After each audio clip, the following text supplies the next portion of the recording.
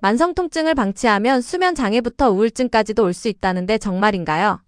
만성 통증이 오래 가면요, 그 부분만 아픈 게 문제가 아니에요. 이게 결국에는 이런 멘탈이라든가 내 전신 건강을 위협하기 시작을 합니다. 잠을 잘 못 자고 막 소화도 안 되고 그 다음에 막 우울증도 와요. 이게 결국에는 한 군데의 통증이 몸 전체를 조절하는 어떤 신경 시스템을 망가뜨리는 거거든요. 그럼 왜 이런 일이 생기냐면 우리 몸에 자율신경계라는 게 있기 때문에 그래요. 자율신경, 고등학교 때 생물학 시간에 기억나세요? 교감 선생님, 부교감 선생님 해서 교감 선생님 화났다 이렇게 외웠던 거 기억나시는지 모르겠어요.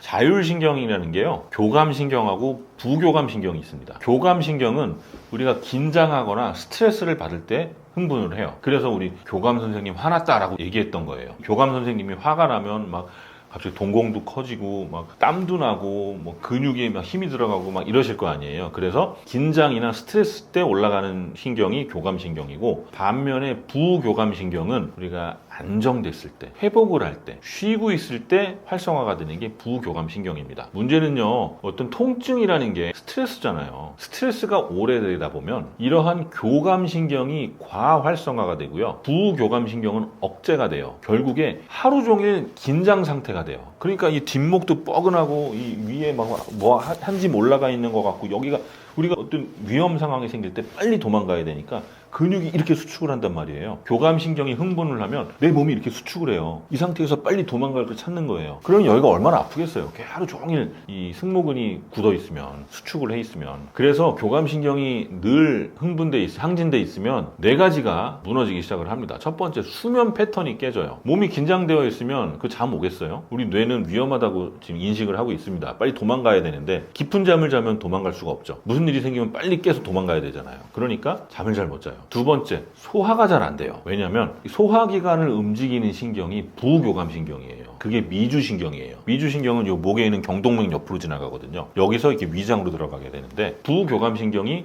억제되어 있다 보니까 소화 기능이 떨어집니다. 그래서 이제 더부룩하고요. 그 다음에 기분도 좀 안 좋아지기 시작해요. 우울감이 생기기 시작합니다. 왜냐하면 아프면 스트레스 호르몬이 올라가고 그게 뇌를 피로하게 하면서 이렇게 우울증이 오고요. 이게 계속 이렇게 악순환을 겪으면서 아프면 스트레스가 생기고, 스트레스가 잠을 못 자게 하고, 그럼 회복이 안 되고, 아픈 게 또 생기고, 더 아파지고, 더 아프니까 더 스트레스 받고, 이렇게 악순환을 가기 시작합니다. 그래서 미주신경이 중요한 역할을 하기 시작을 하는데, 교감신경이 너무 흥분을 하면 미주신경이 억제가 된다 그랬잖아요. 이게 억제시킨 거를 좀 살려주면 교감신경이 다시 정상적으로 내려가면서 좋아지기 시작을 하겠죠. 그래서 이렇게 만성 통증이 생겼을 때는 우리가 미주신경을 잘 다룰 줄 알아야, 잘 치료를 받아야 전체적으로 나빠지는 것을 막을 수가 있는 겁니다. 그렇다면 기능이 떨어진 미주신경도 다시 회복될 수 있나요? 그래서 이렇게 만성적으로 아픈 분들은 결국엔 미주신경의 기능이 떨어졌다는 건데, 이거를 다시 회복시킬 수 있을 것이냐? 정말 다행인 건 회복시킬 수가 있어요. 왜냐면 미주신경이 이게 완전히 똑 끊어지거나 완전히 다 망가진 건 아니란 말이에요. 약해지는 게 아니고 완전히 망가지는 게 아니라 어느 정도 기능이 좀 억제된 거기 때문에, 이 억제된 것만 다시 회복시킬 수 있다면 이렇게 만성 통증을 좀 줄일 수가 있을 겁니다. 왜 이걸 회복시킬 수 있냐면, 자율신경이라는 거는요, 이 줄다리기를 항상 하고 있기 때문에 그래요. 교감신경과 부교감신경이 항상 줄다리기를 하고 있어서 얘네들이 신경 가소성이라 그러죠. 조금만 이 환경을 좀 바꿔주면 얘가 이렇게 떨어졌던 게 균형이 이렇게 맞아지는 게 의외로도 쉽게 될 수가 있어요. 그래서 지금 아무리 상태가 좋지 않고 힘들다고 하더라도 좀 미주신경을 좀 만져주면 기대를 할 수가 있는 거죠. 근데 이게 이 미주신경이 좀 약해진 분들은요, 이 기간이 굉장히 길어지는 경우가 많습니다. 몇 개월 이상, 몇 년 이상 이 만성으로 아프면서 그냥 얼굴만 봐도, 우리 의사들이 이제 크로닉 일리스라고 하는데, 얼굴만 봐도 찌들어 있어요, 이 통증에. 그러니까 과연 이게 좋아질 것이냐 이렇게 생각하고 치료를 잘 안 하려고 하고, 저는 포기할래요 막 이런 분들이 있는데요. 그런 분들일수록 좀 적극적으로 치료를 받으신다면 충분히 미주신경을 살리고 좋아질 수 있는 기회가 있을 겁니다. 집에서 쉽게 시작할 수 있는 미주신경 관리법 있을까요? 그러면 이제 병원에서 자율신경을 조절하는 방법은 뭐 여러 가지가 있죠. 뭐 운동치료라든가 뭐 도수치료, 아니면 주사치료, 이런 거를 통해서 조절을 하게 되는데, 그러지 말고 집에서 나 혼자 조절할 수 있는 게 있다면 훨씬 빨리 좋아지겠죠. 집에서 할 수 있는 방법 알려드릴 건데 첫 번째가 귀예요, 귀. 왜 귀냐면 미주신경이 경동맥 옆으로 지나간다고 했잖아요. 그럼 뇌에서 나와서 이렇게 경동맥으로 지나서 위로 들어가는데 여기서 한 가닥 하나가 위로 올라가서 귀로 들어가거든요. 귀에 있는 스위치를 켜준다면 미주신경이 다시 살아날 수 있는 기회가 있을 겁니다. 그래서 스위치 찾는 법을 좀 알려드리면, 자, 요 그림 보시면 여기서 요 녹색, 이게 미주신경의 귀 쪽으로 가는 브랜치다 이 뜻이에요. 여기에요, 여기. 녹색으로 된데 이 부위가 어디냐면 여기 귓바퀴 안쪽에 여기에요, 여기. 이 부분을 이렇게 지그시 딱 눌러서 이렇게 문질러 주는 거예요. 보통 손가락으로 만졌을 때 이렇게 쏙 들어간 여기입니다, 여기. 이 부분이 미주신경의 스위치라고 보시면 돼요. 그래서 여기를 하루에 한 1분에서 2분 그 정도로 그냥 엄지나 검지 같은 걸로 부드럽게 그냥 원 그리듯이 마사지 해주는 거예요. 이렇게 아프게 하는 게 아니라 그냥 가볍게 이렇게 꾹 한 1분 정도 이렇게 마사지 하다 보면 내 몸에 긴장이 풀리는 게 느껴지기 시작을 합니다. 어떤 분들은 하품하는 분 있어요. 계속 이렇게 한 1분 정도 이렇게 문지르다 보면 나도 모르게 하품이 나거나 하품하면서 눈물이 좀 이렇게 나거나 눈물이 맺히거나 이러면 지금 잘하고 계신 거거든요. 꼭 하품이 안 나온다고 해서 뭐 잘 못하고 있는 건 아니고 그만큼 내 몸이 긴장이 풀리면서 하품을 할 수 있다. 약간 졸릴 수 있다. 이렇게 생각하시면 돼요. 첫 번째는 귀에 있는 요 스위치를 자극을 해보세요. 아프면 안 좋은 거죠. 거기가 이제 경직이 돼 있는 거죠. 그래 부드럽게 풀다 보면 이제 아픈 게 없어질 겁니다. 두 번째 방법은요, 호흡법이에요. 호흡법 중에 요가에서 하는 호흡법이 있는데 그게 우짜이 호흡법이라고 있어요. 이름이 재밌죠. 우짜이. 이게 뭐냐면 미주신경을 조율하는 거예요. 호흡을 통해서. 그리고 어떤 식으로 호흡을 하냐면 이 목을 살짝 좁힙니다. 내 몸에서 어떤 에너지가 흘러나가는 거를 딱 막는다라는 느낌으로 아랫배에도 살짝 힘을 탁 주고요. 목에도 힘을 살짝 탁 줘요. 그리고 숨을 천천히 들이쉬고 천천히 내쉴 거예요. 그때 내 몸이 회복 모드로 바뀌는 건데요. 뇌를 좀 속이는 방법이기는 해요. 신경 기도나 이런 호흡을 아주 천천히 내뱉으면서 내 뇌가 현재 굉장히 안전하다라고 속이는 방법입니다. 하는 방법은요, 코로 숨을 들이쉬고 목으로 천천히 내뱉을 건데요. 코로 한 4초 정도 이렇게 숨을 들이쉴 거예요. 에너지를 쫙 집어넣는 거죠. 이렇게 집어넣은 다음에 내뱉을 건데 내뱉을 때는 여기를 약간 좁혀야 돼요. 목을 좁히면 우리 추울 때 하잖아요. 그 느낌으로 하는 겁니다. 하면 목이 탁 좁아지죠. 그 느낌으로 입을 담은 채로 이렇게 보통 6초에서 8초 정도 천천히 어떤 동굴 속을 이렇게 공기가 지나간다는 느낌으로 추울 때 이 느낌으로 해서 숨을 4초 동안 들이쉬고 내쉴 때는 이렇게 몇 번 해주잖아요. 나도 모르게 이렇게 목소리 톤이 내려가요. 몸이 차분해지기 시작한다는 뜻입니다. 이거를 핵심을 좀 알려드리면 들이쉬는 것보다는 내쉬는 게 길어야 돼요. 그리고 소리를 안 내고 이렇게 숨을 쉬는 게 아니라 좀 소리가 나야 돼요. 하는 이 소리가 나야 돼요. 그래서 입을 담은 상태에서 아우 추워 이런 느낌으로 들이셨으면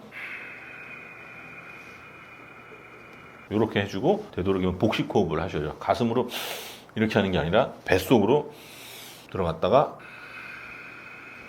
이렇게 몇 번 해주면 되는데 보통은 한 번 할 때 한 2번 정도 이렇게 해주시고 하루에 한 3번, 2번에서 3번 정도. 언제 많이 하는 게 좋냐면 잠자기 전에는 해주는 게 좋고요. 그럼 수면의 질이 확 좋아지고요. 어디가 아프거나 스트레스 받을 때 이때 이렇게 스트레스를 받을 때 막 화내지 마시고 일단 요 호흡을 먼저 해주면 몸이 차분해지면서 심박수가 내려가고 좀 몸이 풀리는 느낌이 납니다. 그래서 그럼 이제 내 미주신경이 좀 활성화가 됐구나 이렇게 생각하시면 돼요. 요게 이제 우짜이 호흡법이고요. 세 번째 알려드리는 거는 이것도 호흡법이기는 한데 슬로우 퀵 슬로우 호흡이에요. 뭐냐면 천천히 조금 빨리 그 다음에 천천히 이렇게 숨을 쉬는 건데 조금 전에 했던 우짜이 호흡법을 한 단계 더 업그레이드 시키는 겁니다. 방법은 여러 가지가 있는데 제일 쉬운 방법을 알려드리면 아까 들이쉴 때 4초 동안 들이셨다가 이렇게 내쉬라 그랬잖아요. 요번에는 4초 동안 들이쉬고 한 번 더 들이쉬는데 퀵으로 들이실 거예요. 빨리 이렇게 맨 마지막에 한 번 빨리 탁 숨을 들이쉬면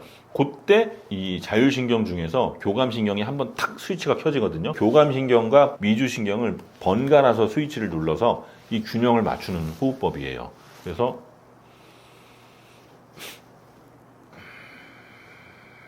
이런 식으로 이렇게 신경을 힘을 줬다 폈다 하면서 훈련시킨다 이렇게 생각하시면 되겠습니다. 이렇게 해서 하고 반드시 내쉴 때는 방금 했던 우짜이 호흡법처럼 천천히 소리를 내서 하는 요 느낌으로 해주시면 우리 자율신경의 리듬을 좀 찾는데 도움을 받을 수 있어요. 자, 마지막으로 네 번째 방법은, 네 번째 미주신경 관리법은요, 명상을 하는 거예요. 명상하면 뭐 대단한 거 생각하잖아요. 이렇게 가부좌 틀고 앉아서 아주 아무 생각 없이 무념무상 그렇게 하는 명상이 아니고요. 그거 너무 어렵죠. 우리가 아무 생각도 안 하는 거 되게 어려워요. 그게 아니라 생각을 할 건데 자해 명상이라는 걸 할 거예요. 뭐냐면 긍정적인 감정을 내 뇌한테 계속 주는 겁니다. 그래서 이렇게 앉아가지고 눈을 감고요, 어떤 내가 좋아하는 대상을 떠올려 보세요. 강아지도 좋고요, 고양이도 좋고, 아니면 뭐 아주 어렸을 때 내지는 내 인생에서 가장 행복했던 그 한순간, 그런 거를 이렇게 떠올리는 거예요. 그리고서 내가 사랑하는 그 대상, 뭐 강아지가 됐으면 강아지가, 네가 좀 건강했으면 좋겠어, 네가 행복했으면 좋겠어, 이렇게 좀 긍정적인 어떤 생각을 하는 겁니다. 이렇게 어떤 행복한 감정과 누군가의 행복을 빌어줄 때 우리 뇌에서는 옥시토신이라는 게 분비가 돼요. 이 옥시토신이 미주신경의 활성도를 최고조로 달하게 합니다. 그래서 이렇게 긍정적인 생각을 하는 거를 자해 명상이라고 하니까 이걸 좀 열심히 해주시고요. 하루에 한 5분 정도 일과를 마치고 저녁에 한 5분 정도만 이렇게 자해 명상을 해주신다면 여러분들의 미주신경이 굉장히 건강해질 겁니다. 미주신경이나 뇌 건강에 도움이 되는 음식도 있을까요? 미주신경에 도움되는, 그리고 뇌 건강에 도움되는 음식 있죠. 근데 어떤 특정 음식 하나라기보다는 이 음식들이 염증을 줄이고 장뇌축이라 그러거든요. 장하고 뇌가 직접적인 연관이 있다, 이런 개념인데요. 식사도 굉장히 중요해요. 장뇌축에서. 일단은 어떤 연구들이 있냐면 유산균을 줬을 때, 또 특정 유산균을 줬을 때 우리가 이 뇌가 반응을 한다, 이런 연구들이 있어요. 그리고 그 연결을 해주는 게 미주신경이다. 아까 미주신경이 장을 움직인다고 했잖아요. 그런 논문들이, 연구들이 있습니다. 그래서 유산균을 주면, 그러니까 장 치료를 했을 때 자폐라든가 치매라든가 이런 뇌 건강이 좀 좋아진다는 거예요. 그러면 유산균 먹으면 되겠네. 그게 아니고요. 유산균을 아무리 좋은 걸 먹어도 미주신경이 망가져 있으면 효과가 없더라는 거예요. 그래서 미주신경을 살리는 음식을 먹어야 됩니다. 그 미주신경을 살리는 음식이 뭐냐? 우리 매일 먹는 것 중에 김치 같은 유산균,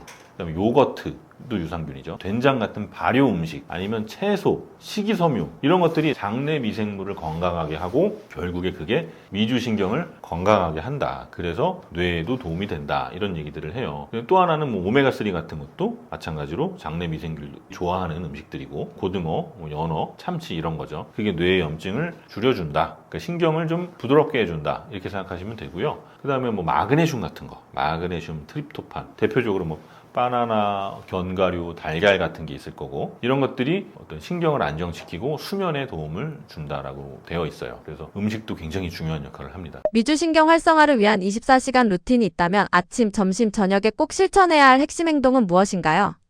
네, 그러면 이런 미주신경을 건강하게 하는 어떤 루틴을 만들면 훨씬 도움이 될 거예요. 그냥 순간적으로 이거 해야지라기보다 루틴으로 만들면 지키기가 훨씬 쉽잖아요. 그래서 지금부터 얘기하는 거를 잘 정리를 해가지고 냉장고에다가 딱 붙여놓으면 훨씬 도움이 될 텐데, 루틴 아침에 딱 일어났어요. 7시에 일어났으면 일단 찬물로 세수하세요. 찬물로 세수를 하면 갑자기 정신이 확 깹니다. 뇌가 확 깨요. 그래서 아침에 이제 부팅시키는 거예요. 쉽게 얘기해서 30초 정도 찬물로 세수를 해서 미주신경을 부팅을 시켜요. 아침에는 이렇게 하시고, 그 다음에 점심 때는요, 식사하시는 도중에 유산균을 같이 드세요. 유산균도 종류가 굉장히 많은데 그 종류를 쭉 보고 나서 람노소스라는 균주가 있는 걸 한번 찾아가지고 그거를 드시는 게 좋아요. 그게 어쨌든 연구에서는 이게 미주신경을 활성화시킨다라고 나왔으니까, 그래서 꼭 이 바이오틱스 드시고요. 저녁에는 명상을 해야죠. 호흡법과 명상을 해야죠. 아까 알려드린 이러한 우짜이 호흡과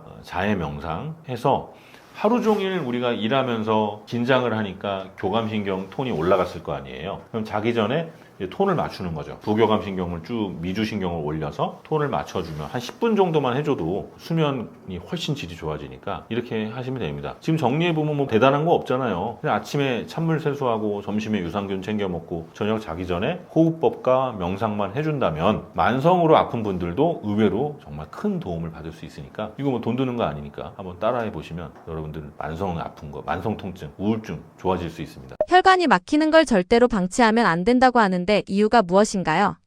혈관이 이 혈관이 무섭죠. 혈관이라는 게 우리 온몸에 다 있는 거고 주요 장기뿐만 아니라 이 피부 손가락 끝, 발가락 끝까지 다 연결된 게 혈관인데요. 이게 증상이 없어요. 처음에는 어느 정도 막히기 전까지는 증상이 없다가 갑자기 이게 터지거나 확 막히면서 증상이 빠르게 생깁니다. 왜 그런 일이 생기냐면 이 혈관이라는 게 생각보다 적응을 되게 잘해요. 첫 번째 이유가 굉장히 서서히 좁아집니다. 그래서 제가 이제 진료를 보면서 초음파로 환자분들 혈관 상태를 쭉 보면은 전혀 증상이 없는데 막 50%까지 막혀 있는 경우도 많고요. 심지어는 75%, 막 90%까지 막혀 있는 경우도 많아요. 그렇게 혈관이 90%까지 막힐 때까지도 증상이 없다는 얘기예요. 전혀 모르고. 이게 몇 년 또는 십몇 년에 걸쳐서 굉장히 천천히 좁아집니다. 그러니까 우리 몸 입장에서는 어때요? 혈류량이 좀 줄어들어도 세포들이 약간 긴축을 하는 거죠. 적은 에너지로도 버틸 수 있게 얘네들이 적응을 하기 시작하고 아니면 우회로를 만들어요. 이 혈관이 막혀? 그럼 또 옆에 다른 우회로를 통해서 측부순환이죠. 만약에 목에서 뇌로 가는 혈관이 좀 좁아지거나 문제가 생기면 반대쪽에서 넘어가는 혈류로 생활을 한다든가 세포가 아니면 이 두피 쪽에서 안으로 들어가는 혈관을 통해서 혈액 공급을 받아서 버틴다든가 이렇게 측부순환을 만들기 때문에 이게 70에서 90% 막힐 때까지도 전혀 증상이 없는 거예요. 그런데 갑자기 이 증상이 나타나는 이유는 뭐냐? 갑자기 터질 때 생깁니다. 이게 뭐 심근경색, 그다음에 뇌졸중 이런 게요. 어느 정도 이게 조금씩 혈관이 막히기 시작하다가 그 안쪽에 죽상동맥경화죠. 이 죽상이라는 게 죽이에요, 죽. 우리 죽 먹을 때 보면 굉장히 걸쭉하잖아요. 그러니까 혈관 안에 이 죽 같은 덩어리가 이렇게 붙어 있는 거예요. 그러다가 이 죽을 싸고 있는 막이 딱 찢어지면서 속에 있는 이 죽이 바깥으로 쫙 퍼집니다. 그러면서 순간적으로 순식간에 막히거든요. 그러면 그때 이제 일이 생기는 거예요. 혈관 안쪽에 이런 죽처럼 걸쭉한 지방 덩어리가 순간적으로 심장으로 가는 혈관을 막으면 심근경색이 생기는 거고 뇌로 가는 혈관을 막으면 뇌졸중이 생길 수 있다. 그리고 진짜 위험한 건 차라리 90% 정도 막혔다 이러면 오히려 안정적일 수가 있어요. 한 50%쯤 막힌 이 죽상이 제일 위험합니다. 그 이유가 90%쯤 막히면 굉장히 오래된 거기 때문에 이게 딱딱한 플라크일 가능성이 높아요. 근데 한 50%쯤 막힌 죽상은요 말 그대로 죽이기 때문에 불안정하죠. 이게 터질 수가 있단 말이에요. 그래서 한 50%쯤 막힌 게 더 위험할 수 있다. 이렇게 보고 있습니다. 고지혈증이나 혈관 질환은 건강검진으로 미리 알 수 있나요? 어떻게 미리 알 수 있을까요? 고지혈증이나 이런 동맥경화 같은 거는 건강검진으로 뭐 알 수도 있는데 고지혈증은 사실은 쉬워요. 고지혈증은 그냥 피검사만 해도 지질 검사만 해도 어느 정도 발견이 돼서 여러분들이 이제 2년에 한 번씩 건강검진을 할 때 결과표가 나오잖아요. 그거 보면 알 수가 있습니다. 근데 혈관이 막혔냐 안 막혔냐는 이거는 따로 검사를 하지 않으면 몰라요. 일반 우리 건강검진에서는 다루질 않기 때문에 우리 보통 건강검진할 때 피검사를 하며 다른 검사들도 쭉 하지만 일단 지질 검사를 할 때 총 콜레스테롤을 보고 그 다음에 LDL이라고 우리한테 나쁜 콜레스테롤이 있고요. HDL이라고 좋은 콜레스테롤이 있고 뭐 중성지방이 있어요. 이 정도 수치만 봐도 요거는 고지혈증이 있구나 이렇게 알 수가 있어서 특별히 증상이 없어도 아주 가볍게 진단을 할 수가 있고 만약에 내가 궁금하다 지금이라도 당장 밖에 나가서 가까운 뭐 내과나 가정의학과 이런 데 가서 저 고지혈증 검사하고 싶어요 이러면 결과가 빠르면 몇 시간 내에 좀 오래 걸리더라도 하루 이틀 내에는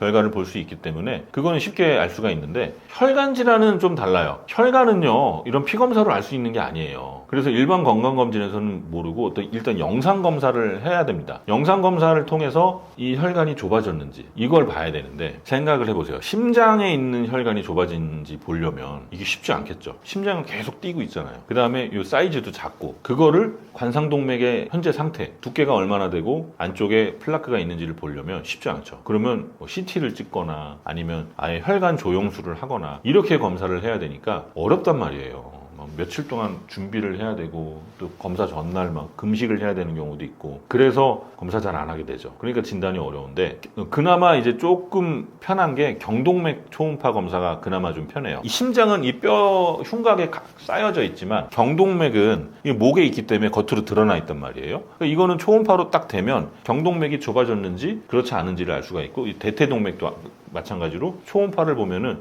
이거는 따로 준비를 안 해도 실시간으로 볼 수가 있습니다. 그러니까 예를 들어 우리가 금식을 해야 된다든지 이럴 필요가 없다는 거예요. 그래서 저는 이제 혈관 상태를 볼 때 경동맥 초음파를 많이 권해드려요. 일단은 간단하고, 그리고 경동맥의 상태가 내 몸 전신 혈관의 상태를 대변하는 그런 기능이 있기 때문에 경동맥이 건강하면 대체로 혈관이 건강하다라고 할 수가 있어요. 그래서 경동맥 초음파는 상대적으로 좀 쉬운 검사다. 우리가 접근하기 쉬운 검사다. 하지만 일반 건강검진에는 포함이 되어 있지 않기 때문에 반드시 40세 이상인 분들은 한 번쯤은 경동맥 초음파를 해보시기 바랍니다. 어떤 습관을 갖고 있는 사람들에게 혈관 검사를 따로 하라고 추천하시나요?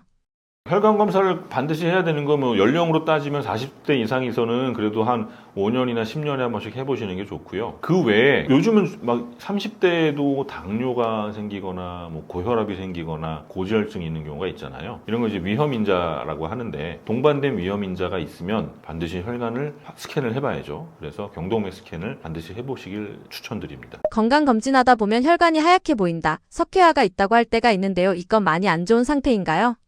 건강검진 하다 보면 혈관이 하얗게 보이는 경우가 있어요. 이거를 의사 선생님들이 석회화가 있습니다 이렇게 표현을 하잖아요. 석회화가 뭐지? 뭐 우리 몸에 돌멩이는 여기저기 많이 생기죠. 뭐 방광에도 생기고 콩팥에도 생기고 요로결석이라 그러죠. 요로에도 생기고 그 다음에 쓸개 이런 데 이제 돌멩이들이 생기는데 그거랑 좀 비슷하지만 좀 다른 개념입니다. 이거는 혈관벽에 석회가 쌓이는 거예요. 딱딱하게 쌓이는 거예요. 근데 이 석회가 됐다는 건 굉장히 오래된 혈관 질환의 흔적으로 보기 때문에 석회화된 것 자체가 위험한 상태는 아니에요. 근데 혈관벽이 하얗게 보이는 건 무슨 의미냐면 칼슘이 거기에 쌓인 건데 칼슘이 쌓이면 딱딱해지니까 혈관이 탄력이 떨어지겠죠. 그럼 동맥이라는 거는 탄력 있게 피를 쭉쭉 짜줘야 혈액순환이 원활해지고 우리 자세 변화라든가 이런 데에도 유연하게 대처를 하면서 우리 기립성 저혈압이나 이런 게 생기지 않도록 막아주는 역할을 하는데 이 혈관의 탄력이 떨어지면 그게 안 되고 우리 몸 구석구석에 혈액을 전달하는 능력이 떨어지는 걸 의미를 합니다. 이거는 제가 진단했던 환자분인데 여기 보시면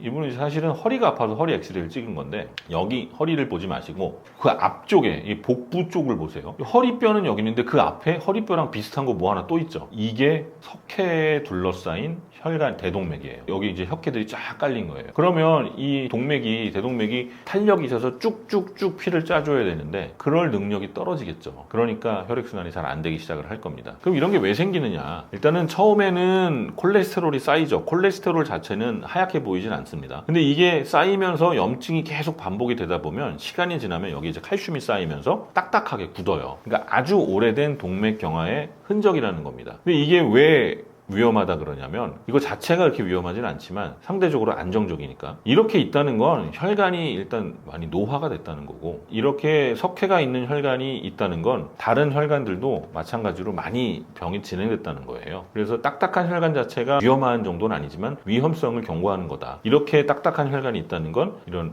터지기 좋은 죽상으로 된 플라크들도 몸에 많을 것이다. 이게 터지면서 심근경색이나 뇌졸중이 생길 수 있으니까 혈관이 좋지가 않다. 이렇게 생각할 수가 있고 그래서 우리 건강검진에서 요즘에 이런 혈관 석회화 검사하는 경우가 꽤 있어요. 혈관 석회화가 높다면 혈관에 대해서 이제 관리를 시작을 해야 된다. 이렇게 생각하셔야 됩니다. 현대인들이 갖고 있는 콜레스테롤에 대한 오해가 있다는데 무엇일까요?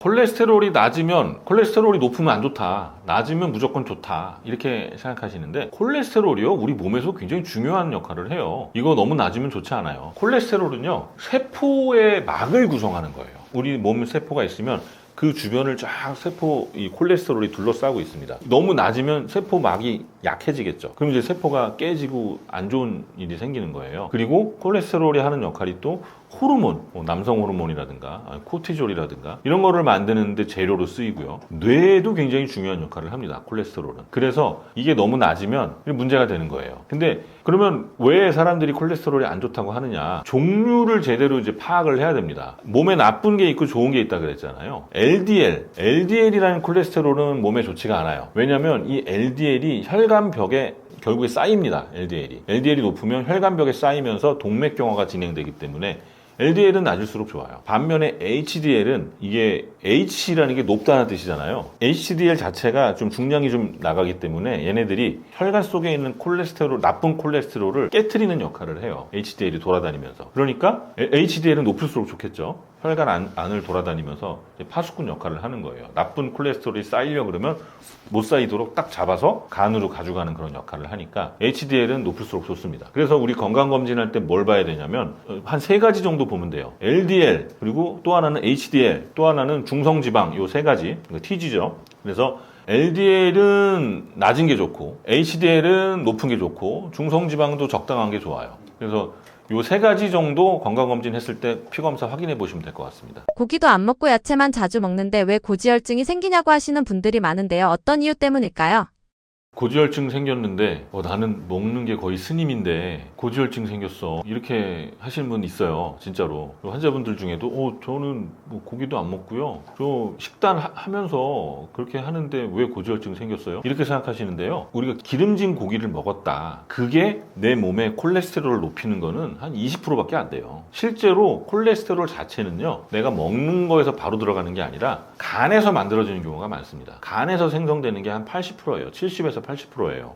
내 몸에서 직접 만들고 있다는 뜻이에요. 외부에서 들어오는 게 아니라. 그렇기 때문에 여러분들이 고기를 안 먹고 야채만 먹는데도, 그런데도 여러분들이 고지혈증이 생길 수가 있는 겁니다. 주된 콜레스테롤의 재료가요, 탄수화물에서 와요. 밥, 빵, 설탕, 이런 거 다 맛있는 것들이죠. 우리가 정제 탄수화물, 그리고 뭐 설탕이라든가 이런 것들, 이거를 먹게 되면 급격하게 혈당이 오릅니다. 혈당이 오르면 그거를 다 사용을 못하니까 빨리 저장을 해야 될 거 아니에요. 그러니까 인슐린이 쫙 나오면서 이 혈당들을 붙잡고 안으로 들어가게 되는데, 이때 간에서 일어나는 일을 보면은, 간에서는 이 남아도는 에너지를 효율적으로 저장을 해야 되니까 이걸 지방으로 바꿔버려요. 이런 탄수화물들을 중성지방하고 LDL로 바꿔버려요. 그래서 탄수화물, 특히 정제 탄수화물을 먹으면 콜레스테롤이 올라갑니다. 그러니까 나는 고기와 야채 위주로 먹는다고 하시는 분들, 진짜로 먹는 거 다 체크해 보세요. 정제 탄수화물이 내 식단의 몇 % 정도를 차지하는지 확인을 해 보셔야 되고요. 그 다음에 유전적으로 좀 고지혈증이 있는 경우도 있습니다. 사실은 난 잘못이 없는데,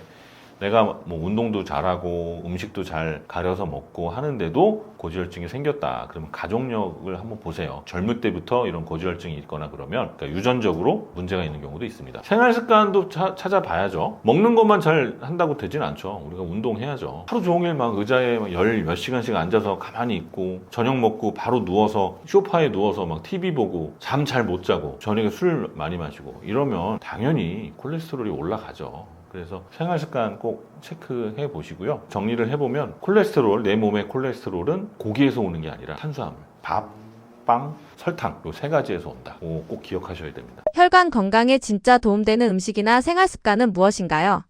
혈관 건강을 위해서 우리가 먹어야 되는 음식, 그리고 생활 습관 정리를 해보면요, 식사에 어떤 원칙이 있어요. 원칙은 좋은 거를 먹어야지가 아니라 나쁜 거를 안 먹어야지예요. 그게 되게 중요해요. 그래서 어떤 구성을 잘 맞춰야 돼요. 그러니까 내가 이거 먹으면 고지혈증 좋아진대, 그렇게 하지 마시고, 좀 내가 지금 현재 먹고 있는 구성을 딱 적어 놓은 다음에 요거 빼야 되겠다 해서 뺄 거를 빼세요. 그러면 훨씬 조절하기가 편해집니다. 그래서 식사를 하실 때도 또 순서도 되게 중요해요. 반찬이 쫙 있잖아요. 밥도 있을 거고, 국도 있을 거고, 뭐 김치, 야채, 고기, 달걀, 뭐 이런 단백질들이 쫙 있으면 뭐부터 먹을 것이냐, 탄수화물부터 먹기 시작을 할 것이냐, 아니면 이런 채소 같은 거 먼저 먹고 그 다음에 단백질을 먹고 그 다음에 탄수화물을 먹을 것이냐, 되게 중요하거든요. 먹는 순서도. 그래서 순서를 밥 먹고 그 다음에 다른 거 먹지 마시고, 일단은 채소 먼저, 그 다음에 단백질 드시고 마지막에 탄수화물을 드세요. 그러면 이 먼저 들어간 채소가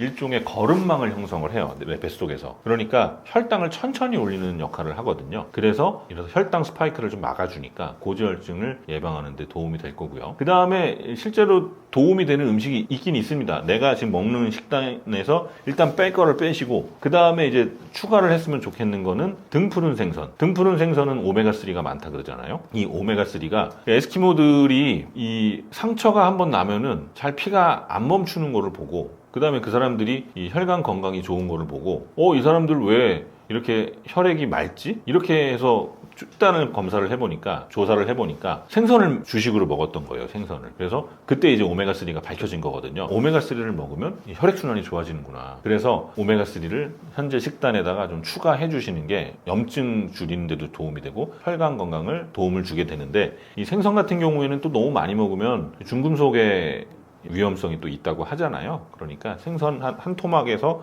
한 토막 반 정도를 일주일에 한 2번 정도, 2번에서 3번 정도 드시는 거는 중금속의 위험성도 좀 줄이면서 혈관 건강을 챙길 수 있는 방법입니다. 그 다음에 혈당 스파이크 되게 중요하다 그랬죠. 혈당 스파이크를 막는 게 되게 중요해요. 그래서 아까 얘기한 식사 순서도 중요하고 정제 탄수화물 줄이는 게 굉장히 중요합니다. 그리고 또 중요한 거, 혈당이 언제 많이 오르겠어요? 밥 먹고 나서 한 30분에서 2시간 사이에 혈당이 쫙 오르기 시작을 해요. 그러면 그때 혈당이 오르는 걸 막아주려면 운동으로 하면 됩니다. 식사하시고 나서 바로 누워있지 마시고 밥 먹고 한 10분에서 15분 후부터 좀 걸으세요. 집 밖에 나와서 한 10분에서 20분 정도 걷는 것도 좋고요. 아니면 집 안에서 하는 방법은 뭐 집 안에서 실내 자전거 같은 거 타셔도 되고, 아니면 간단하게 스쿼트 정도만 하셔도 혈당 스파이크 막는 데 큰 도움이 되니까 그렇게 운동을 하시고요. 그럼 방금 이제 얘기했죠. 밥 먹을 때 식단 먹는 순서 굉장히 중요하다고 얘기했고, 오메가3 드시고, 그 다음에 식후에 운동하기, 그리고 오래 앉아 있는 건 좀 피하시고 적당한 운동을 하시고 이러면 될 것 같습니다. 중금속이 걱정돼서 약으로 먹는 건 어떤가요? 생선 자체가 막 수은이라든가 이런 게 너무 많다고 하니까, 그래서 우리 환자분들이 검사를 해보면 이분은 좀 몸에 중금속이 많은가 해서 검사를 해보면 갑자기 막 수은이 막 높게 나와요. 납이 높게 나오고.